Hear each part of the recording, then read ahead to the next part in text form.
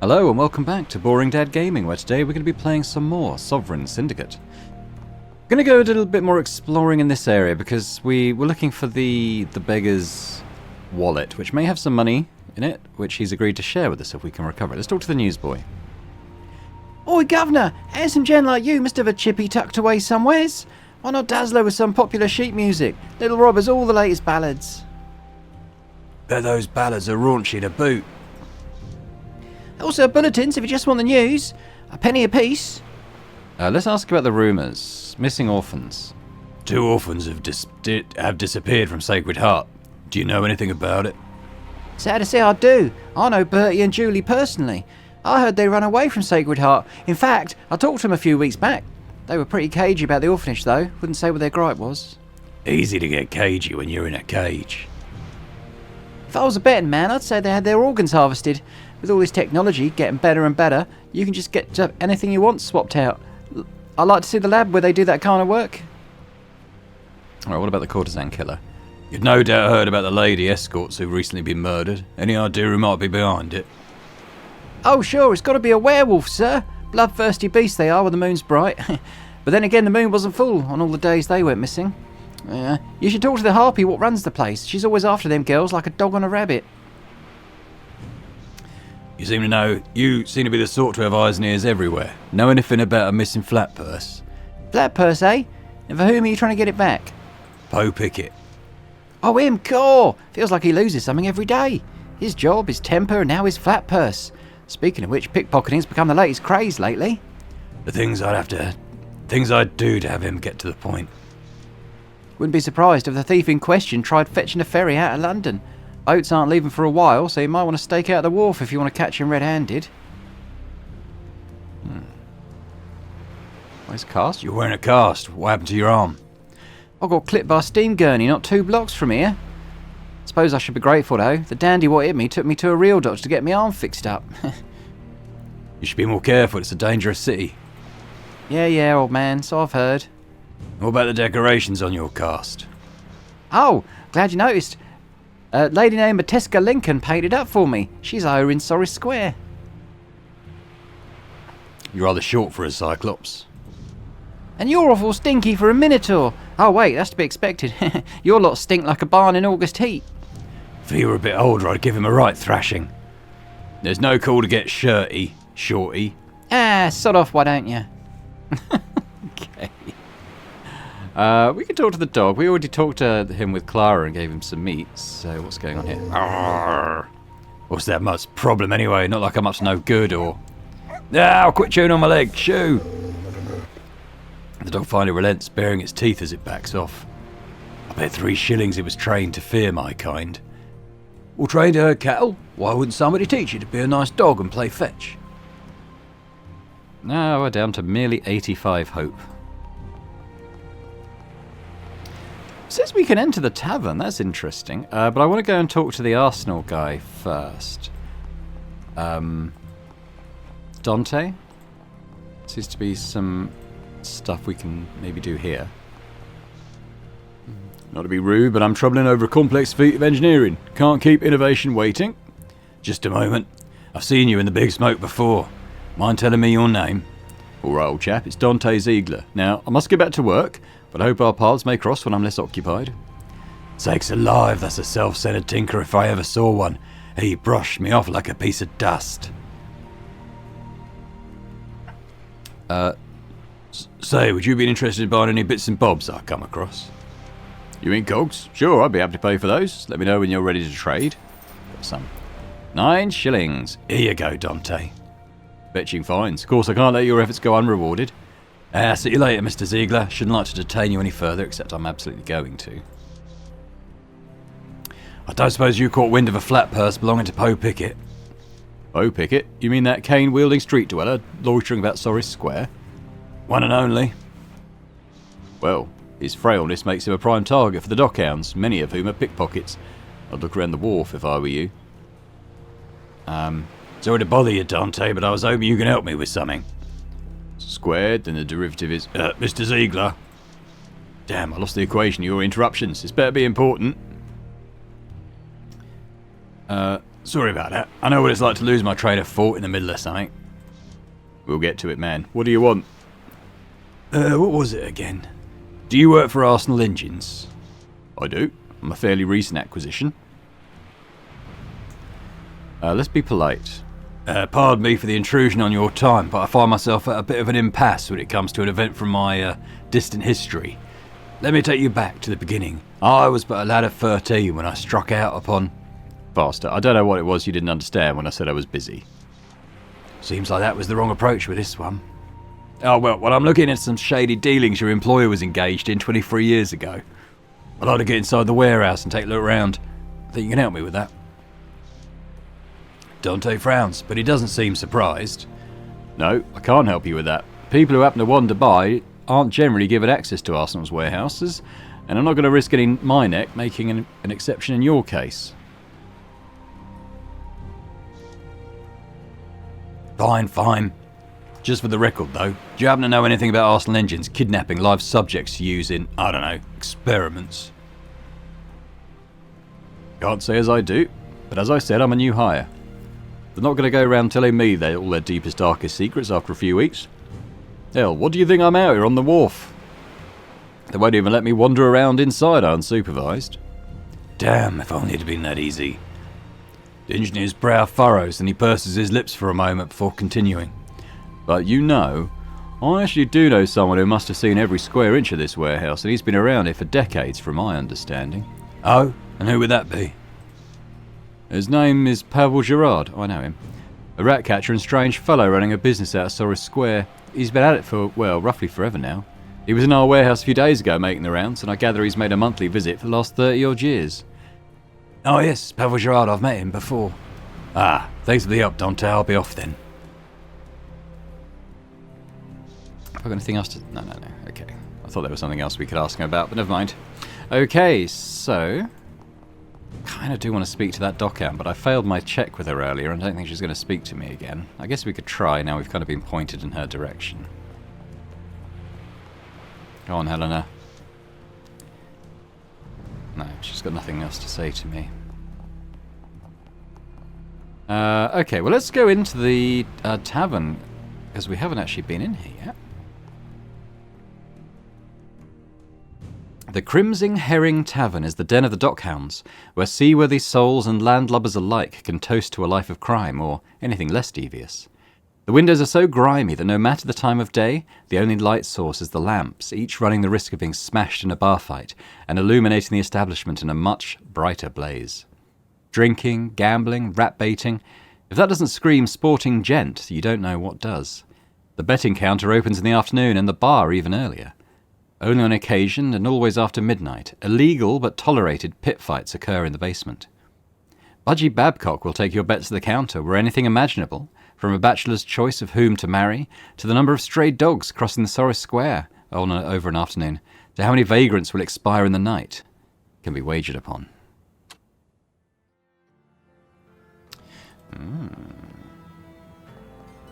We've got the bartender. Let's start here. I'm not drinking on the job, swear. Now then, what could I get you? We've all been there, you know. Where exactly? You know, Suzzled, when we should be doing our job instead. Bates know I've been guilty of it myself. Whether back in my thuggish past, handing out beatdowns on behalf of the hounds, or performing street magic. Well, that's a relief. Alright, we'll buy a drink. Gin will suit me fine, mate. Hey, Five Hope. Old Tom's the ticket. That's the bottle's name, of course, not mine. I got drunk. Mother Mary, the nose way, that's old Tom. Tastes like a bottle of pixie blood. Not only to curb my vices, but also to preserve my taste buds, I should really avoid the drinks in here. I won't be needing a drink just now. Thanks anyway.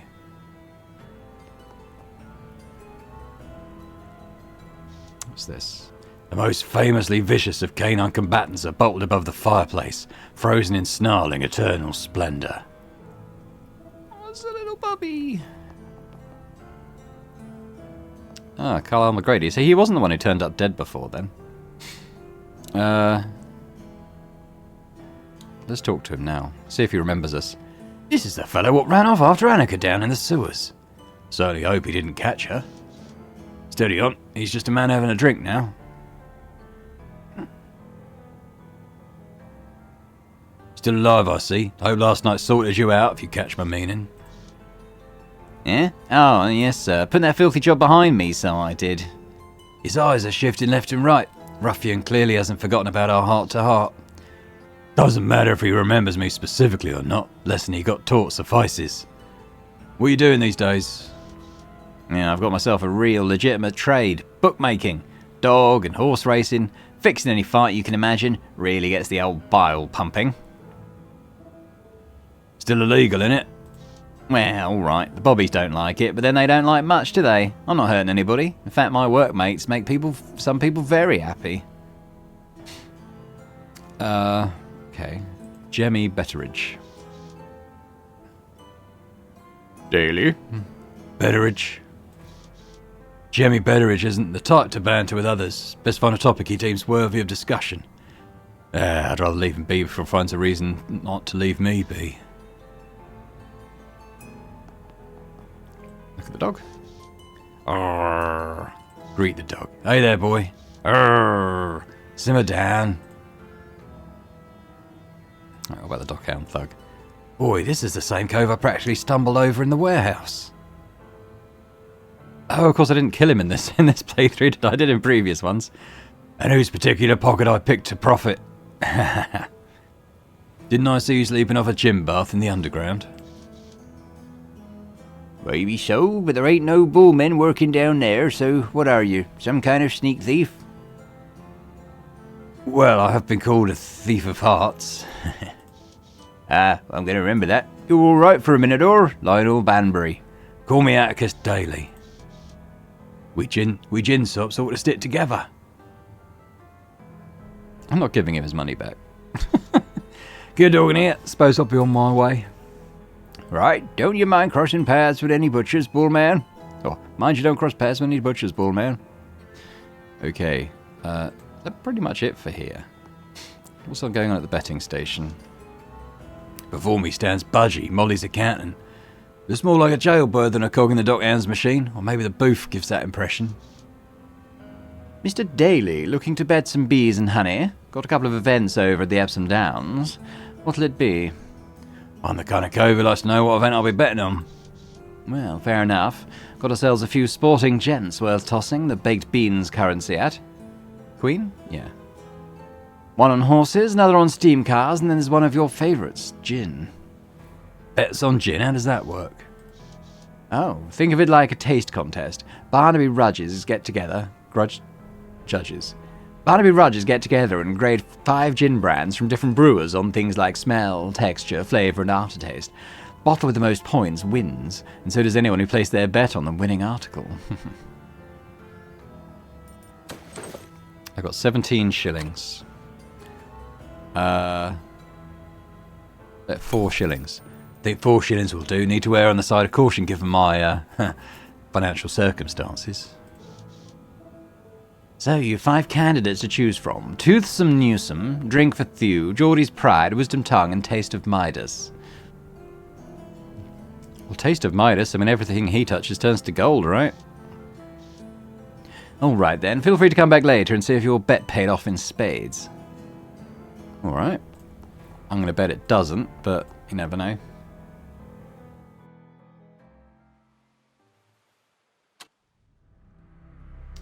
Alright, so what we could go back to the rat catcher. What else have I got in my journal at the moment?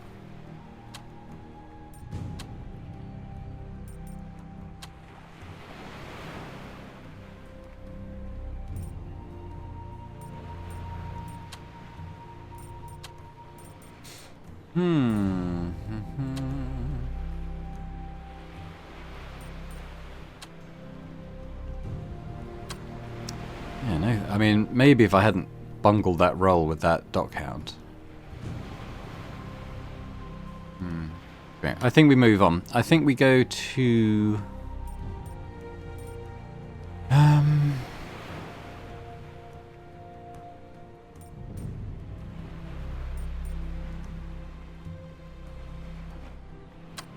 Saurus Square. Oh, I just got a Saurus Square. That's where the rat catcher is, isn't it?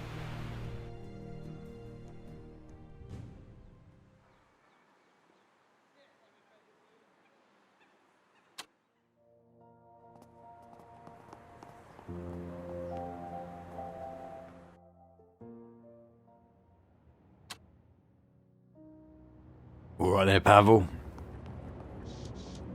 Good day, Governor. I had a feeling you'd be back. I heard around town that you have a bit of a sweetheart deal with Arsenal Engines, sole pest controller for decades. I do indeed, sir. Why would they go with anyone else? I'm the finest rat catcher in London. So it's true. With any luck, this man can shed some light on what happened long ago. And you've been in and out of Arsenal's warehouses all that time? Of course. Have to keep the little ones out of the gears and pistons, you know. Good wit check. Okay. Nice. Clearly you're the best at what you do, or Arsenal wouldn't have kept you in their employ so long.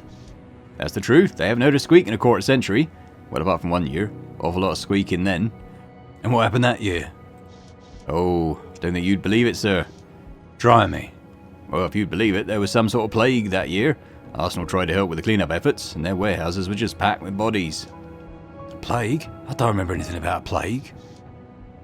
I was working double duty just to keep it all contained. Little nibblers were everywhere. Arsenal Engines had warehouses full of corpses. Oh aye, sir. Packed to the brim with bodies they were. Most to their credit, though, they kept it all well controlled. With a bit of my help, I might add.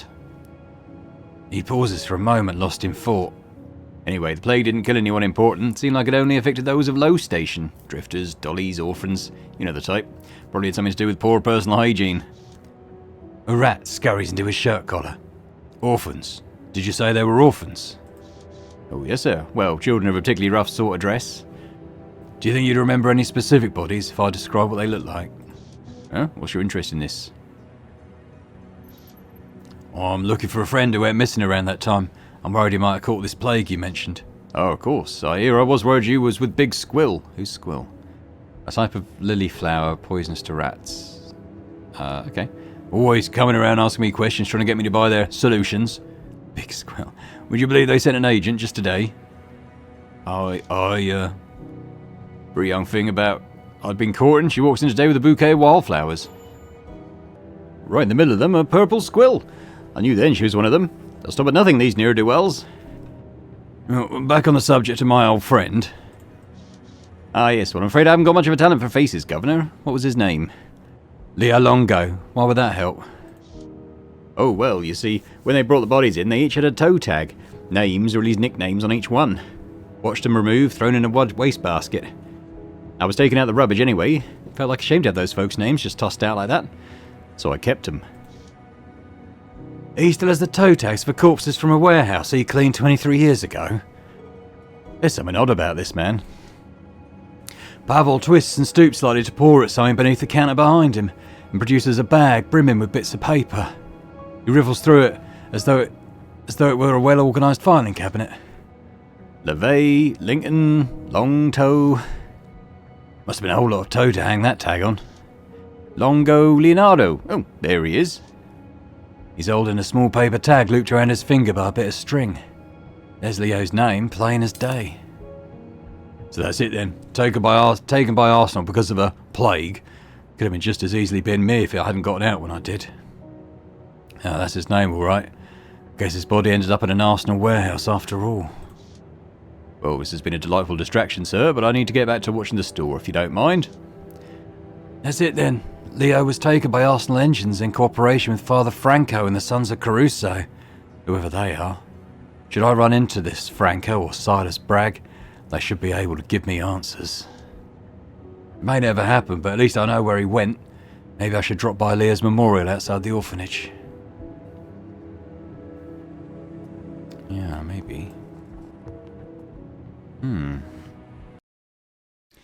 Alright, so think about what we're going to do next. I mean, we've obviously got the Palladium, which is probably the main place to go. But maybe we should go back to Sacred Heart and visit the grave. I'm sort of invested in finding out about this Leo. Not that I'm not invested about doing other stuff as well. Let's just remind ourselves, so... Yeah, we should see that. I doubt we will, but you never know. This one... Yeah, I don't know. I think we need to go to... Well, the Palladium... Molly should be at the Palladium as well by the sound of it. But let's go to Sacred Heart first. We'll check out Leo's grave and maybe complete that quest or get a clue as to where we go next. But I guess we're going to be hunting down this weird sort of cult type thing that this Cult of Caruso, whatever it's called. I'm tracking them down as well as the old cleric. Assuming he's not dead. I would have thought he was dead, but you never know. Right, Leo's memorial. Leo's memorial, not even a grave, despite being made to look like one. The sisters must have known, even if they didn't know he was taken. I wonder if it was Heloise who decided Leo should be remembered. Remembered? Bah, more like covering for their crimes. Nobody's questioning an orphan's grave, but they might ask after a score gone missing. Some of them must not have known what they were doing. Franco and Bragg knew. Pavel didn't seem to. As for the rest, who can say? The memorial is a small kindness. What would Leo feel about it if he was still here? Try to imagine. I let my eyes unfocus just right. The gravestone gets a little blurry round the edges and, Blimey, you mutton mouth, you got bulbous. You never grew an inch over 3 feet, you ugly badger. At least I have feet, you riding cow. Yeah, that seems about right. So, what are you doing here after 23 years? Come to gloat about getting new cow shoes? I looked into your disappearance. Sounds like you were killed for business interests. So they sold me off for scrap, did they? Always knew I was the more valuable between us. Do I actually think that, or do I just think that he thought that? There was some sort of cult involved. Damned if I know where the old priest went off to, but I intend to find Silas Bragg to settle the score. So a spot of revenge, is it? That'll make your poor boo-boo better. Well, I may feel better than doing nothing. That hole in your heart isn't just because the rubbing alcohol you try to drown yourself in every night burn through your throat. You think getting revenge is going to appease the spirit of someone you abandoned decades ago? Well, can't hurt. Come now, you old pardus-bald beef. You've run off on a tear again, chasing shadows in the dark corners. You think it won't hurt when you run head first into the wall? Oh, it just isn't right what they did to you. Of course it's not right, you great leaning tower of pisser. But sure as you're imagining me, you're imagining that revenge will make it right. He puts on a serious face. It appears to hurt. Listen up. I was murdered in cold blood 23 years hence. Not a single damn thing can unmurder me. You've wasted enough time chasing this shadow. Go live your damn life. Leo seems to fade away for just a moment before popping back into existence. Oh, and Atticus? Yeah? You're still ugly. He vanishes again. Well, that was something, wasn't it?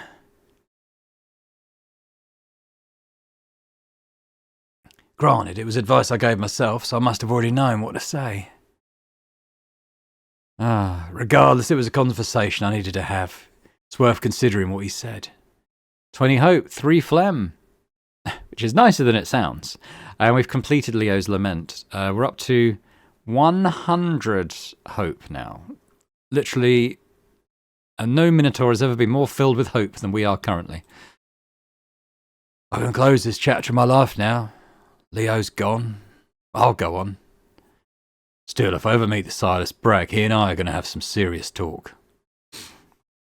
Alright, so that's done. We've still got missing orphans open, so I guess, we've parked what happened to Leo, but, orphans are still being taken, so, there's still something to do there. Well, let's go to the Palladium then, so that's Beggar's Lane.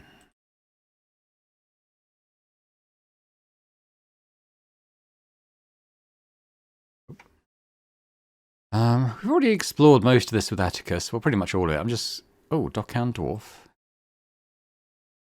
It's not Teddy. You need something, or you just intruding on Paco Melendez's personal space for nothing?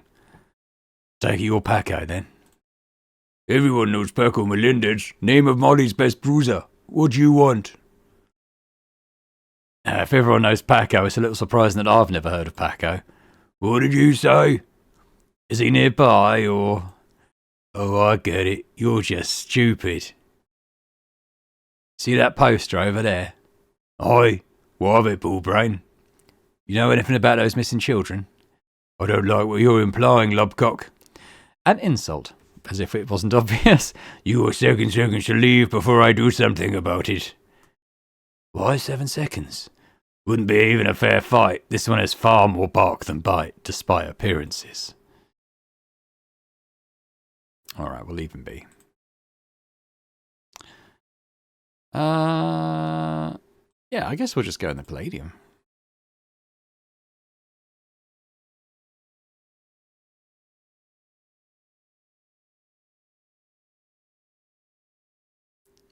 None of these coats compares to my performing magician's top coat with the gorgeous swallowtail back. Yet another thing I ought to cover my debts. Oh, hello. So, have you done the needful? Bloody impressive, this fellow shows up everywhere. Well, that's right, at least I think so. Good, with Matilda's name confirmed, we can all of us proceed. These is his course, what does he mean, all of us? No, he's gone already. Oh, blast. There's Lefty. I didn't want to speak to Lefty, though. I want to speak to... Well, Molly doesn't appear to be here. I kind of feel like we need to speak to her, but she's not anywhere. Bugger all, these devices look bloody dear. Suppose it's a sure way for the Palladium to hold onto its tin. Oh, Pharaoh's a great wheeze. Always plenty of amateurs around waiting to get fleeced. What's in here? Water closet. This public toilet's much more civilised than pissing in the gutter. Oh, should we cast our illusion? Okay.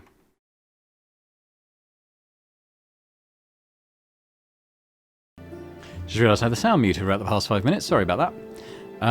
There we go. Bully, still haven't lost me edge.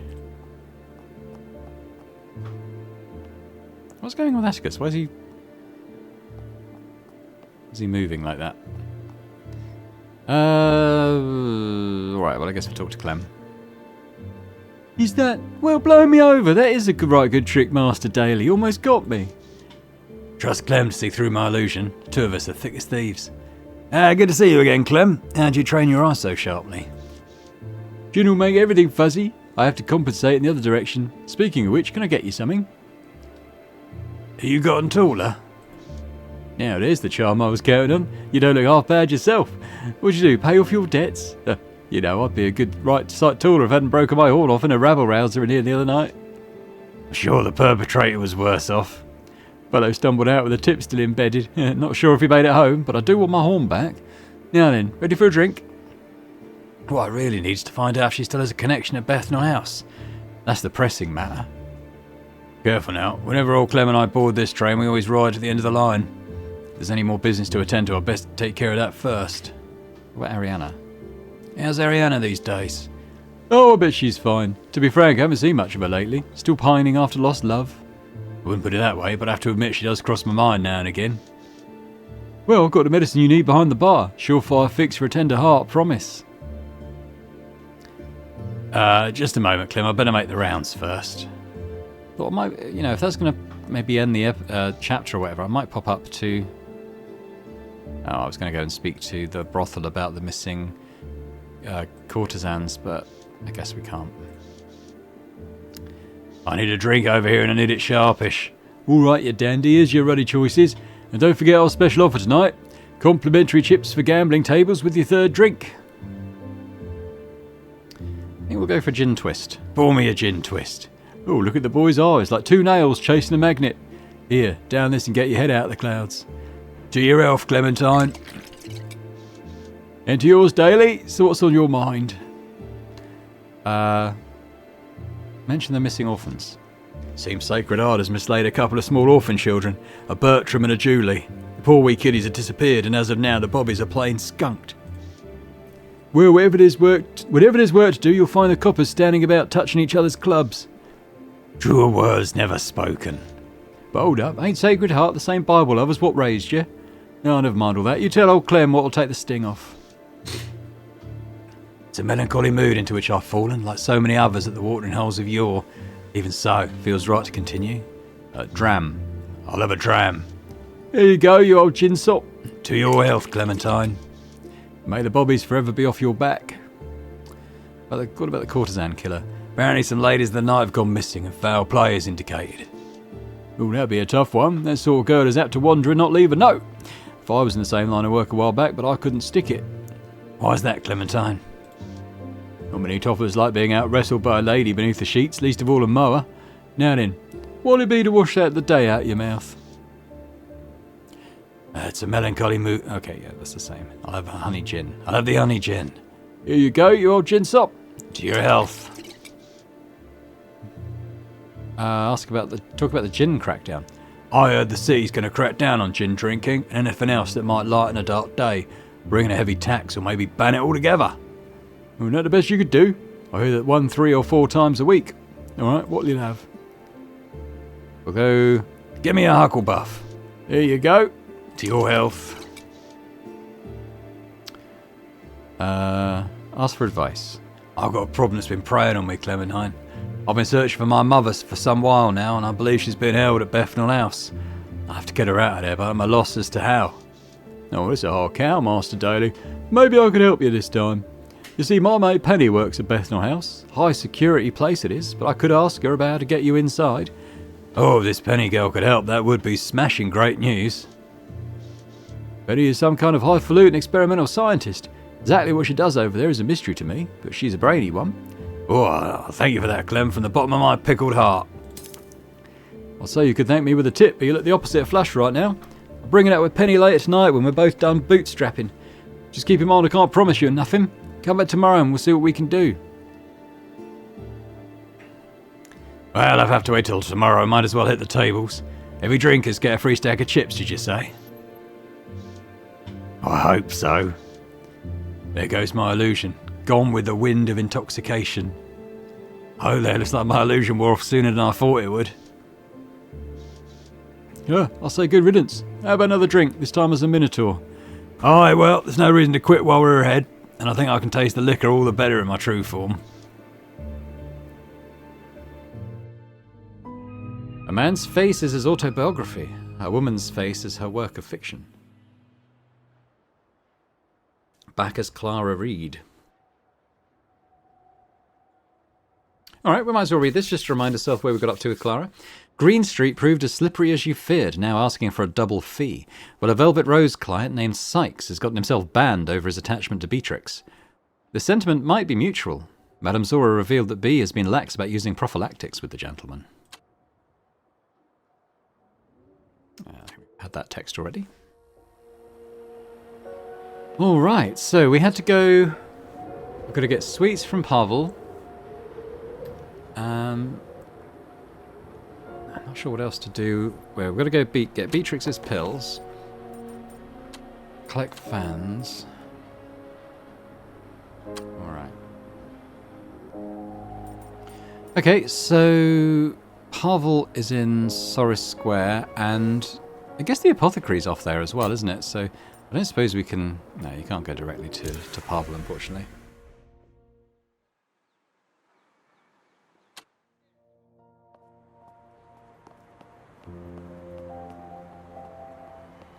Well, we'll do the apothecary first.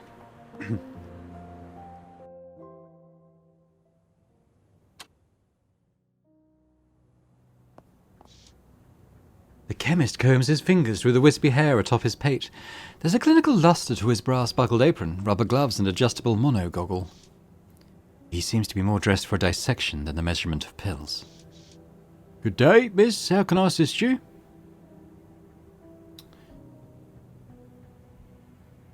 So remind ourselves what our main skills are. A little bit of tact. But grace, intuition are the main ones. Let's do more tact. The pills I made to pick up require a bit of discretion. After skimming the note, he peers up at me and then at the back to the note, and then flips it over to see if there's anything written on the back side. Whatever silent conversation this man is having with himself, it would be nice to be included. I need to grab a couple of things from the back, along with this. Just a moment. From another room, there's a sound of careful rummaging, as if he's trying to make as little noise as possible. 2 minutes gone by. He's taking his time back there. Is he speaking to himself? If he has a police telegraph lurking in the back room, he might be peaching on me. Though advertisements for such concoctions are abundant, these pills are not technically above board. It wouldn't do for some choleric copper to get it in their head to pay Madame Zora a visit. Perhaps I should poke around in the back room while I have a chance, see if I can pinch something useful.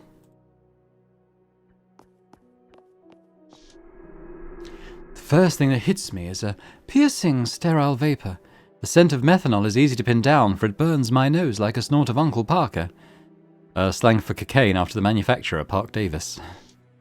Still, there are other chemicals in the air that I cannot identify. Well, this brings back some memories. Is he fermenting his own taplash? Slang for poorly made beer. While I suspect distilling involves a component of chemistry, this smells more like disinfectants. His nose hairs must be absolutely singed if he's used to this. So much for times of famine. Even in this obscure darkness I can make out several cabinets. But what do they even contain apothecary wares? And where exactly has Grey gone? He seems to have utterly disappeared. Push ahead. I'd best be swift about it. Alright, let's have a look at tipped over bottle. Something tipped over on the desk. Ooh, we lost some hope. I'm hit with a wave of fumes. My stinging eyes water so intensely that I can scarcely read the label. Something rate for... So something formaldehyde, I suppose. Copper sulfate? No, I don't know. Formaldehyde, though, is a preservative for bodies. An electrical wire runs behind this bottle rack and does not seem to reappear anywhere else. Curious. Take a close look. 69%. That looks good. Smashed it. No, this isn't an ordinary rack, but a secret door. I think I hear him moving around back there. Mr. Grey has taken great care to keep this room hidden, but what on earth for? I press my ear closer so I might hear better. I've left her up there long enough. Was that a creak on the steps? Sounds like he's coming back. The wiring could have led to a telegraph. If he's just wired the police, then he certainly won't be selling me the pills. Might quit while we're ahead. I'd best get back to the counter before he catches me snooping.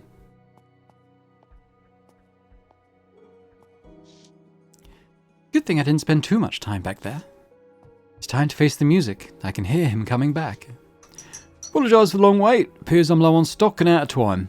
I suppose a substitute will suffice. He sets down a container of silk sutures, wrapping paper, and the bottle itself. The label reads Saxon's English Female Pills. He wraps up the medicine with compulsive precision, using the magnifier in his monogoggle to make sure the corners are folded ever so neatly. I was quite all right. In truth, I should be the one apologising. Huh? For assuming you were splitting me over the pills and how I might have considered pinching half of your shop in retaliation. Oh, it's nothing. Uh-huh. He retrieves some shears from his apron's pocket and cuts 2 parallel lines of silk thread. I understand why he took so long trying to find his twine if this is his last resort. That bit of thread cost a shiny shilling. It's no wonder only surgeons can afford it. Here we are. I'm sure my bow ties could use some work. I tried to make it look as innocuous as possible, like a candy gift package.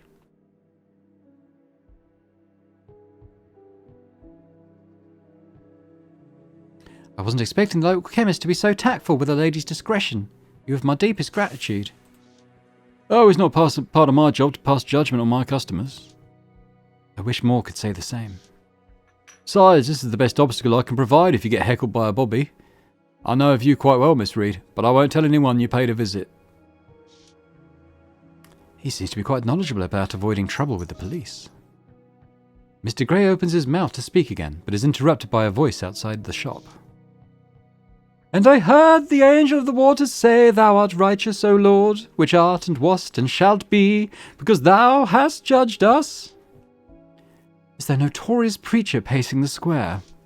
Speaking of judgment.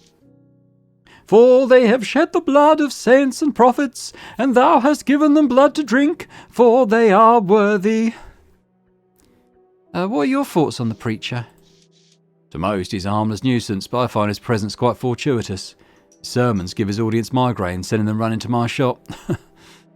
How dastardly. Does this come with the added benefit of being immune to his migraines as well? Tragically, no. I can feel one coming on right now. In some ways, his profession is not so dissimilar from a man of the cloths. That's just an interesting thought. Oh, enlighten me. Your profession is not too dissimilar from a man of the cloth. Peculiar thought indeed. I don't disagree with you, but please elaborate.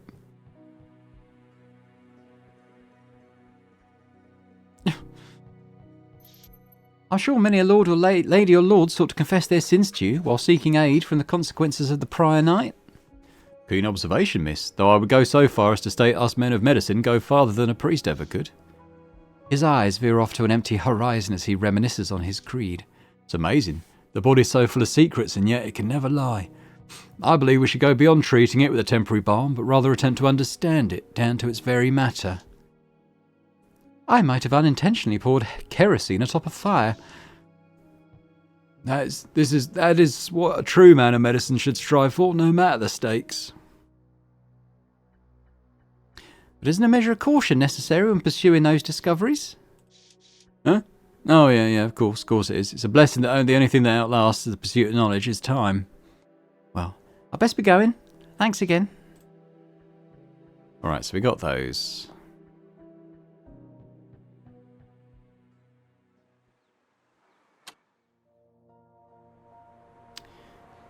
Pavel. Okay. Not sure what to do about Felipe's romance. What does it actually say in the journal for that one?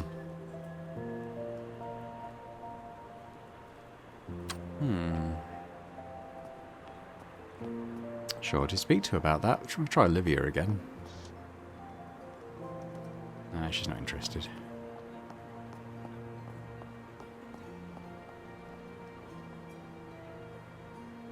We can talk to Nandi again, maybe.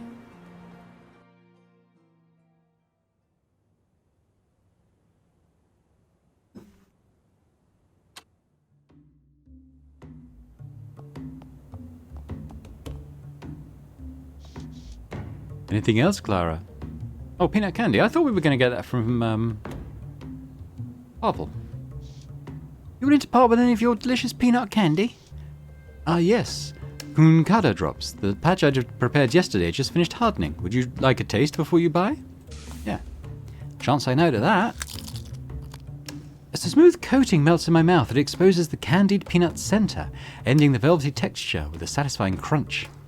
Well, these candies are cure all of London from its melancholy, I'm quite sure. I'm glad a taste of my homeland can bring others the same comfort it's always brought me.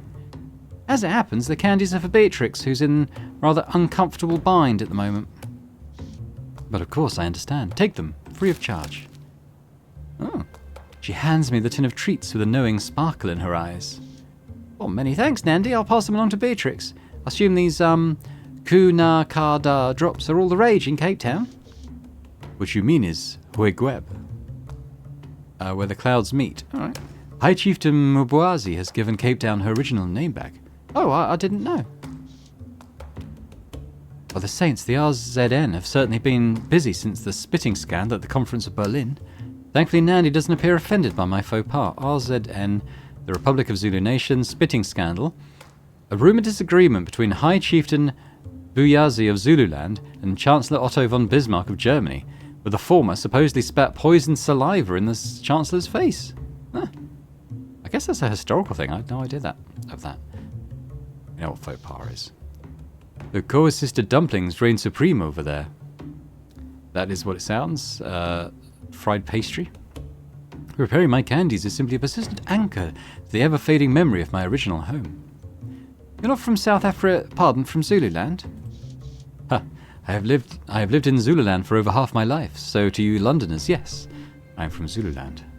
But then, tell Beatrix that I hope she feels better soon. Right then, suppose I'll let it lie. Alright, see you later. Salakal Mafazi, Clara. Alright, back to Soros Square then. I guess we still go and see Pavel though, right? Well, it says get French candies from him, so I suppose we do that. Alright, let's go now. Don't think we need any meat or other stuff. Oh, Peter Kipling and Ariana.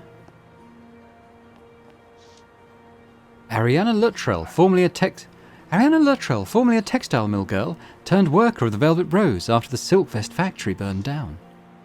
Our work often knocks the naivety from most, but Aria always seems to have it in spades. Oh, please don't take me in. Please don't take me in. You don't even have to give me my money back. I'll leave, I swear it. Then you do admit to engaging in prostitution?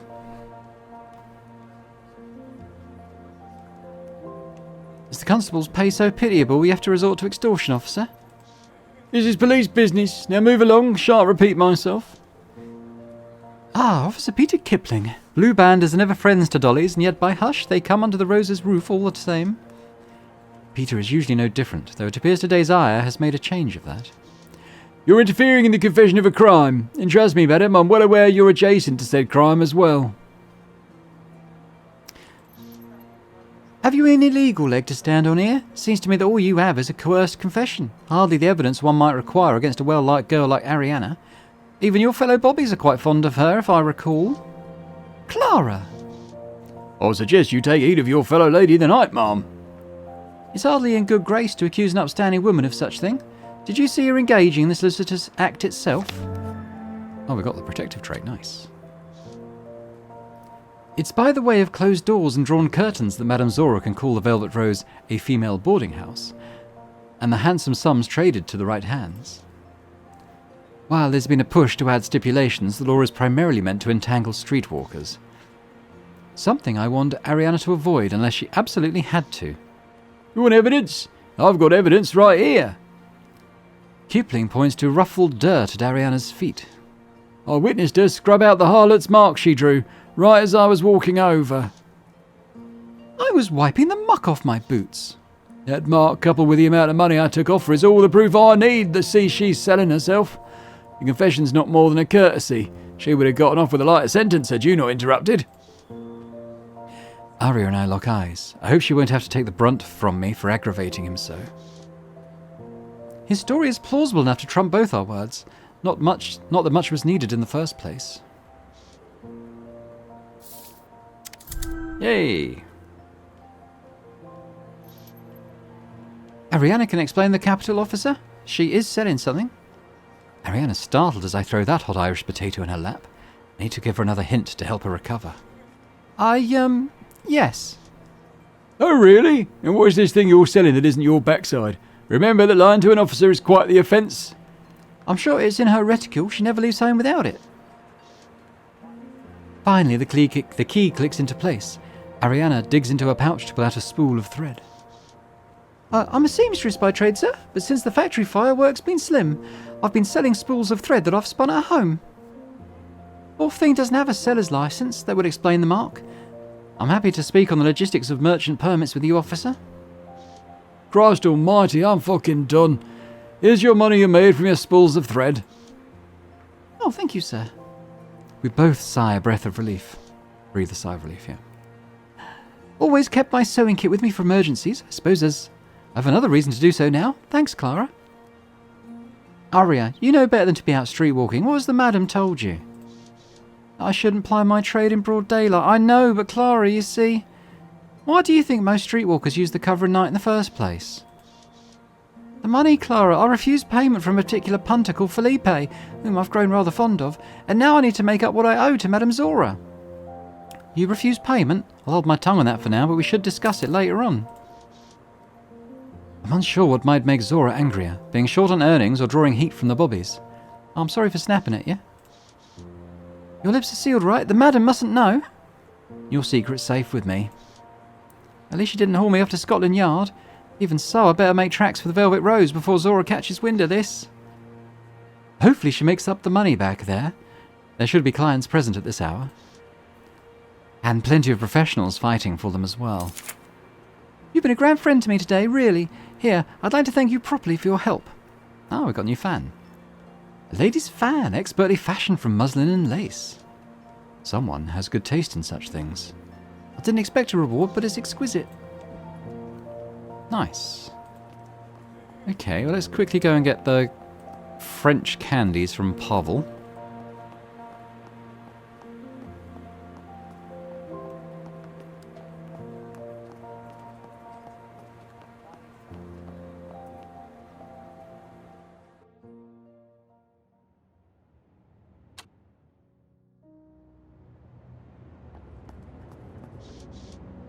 Back again? You're not the first lady to take an interest. The Duchess of Berkshire's quite fond of the spotted ones. Madame Zora asked me to fetch her a box of French candies. She said you'd know the ones. Mais certainement, mademoiselle. Calissons are they called. I have a box with Madame Zora's name on it right here. Much obliged. Ah, done already. Okay. So let's leave here.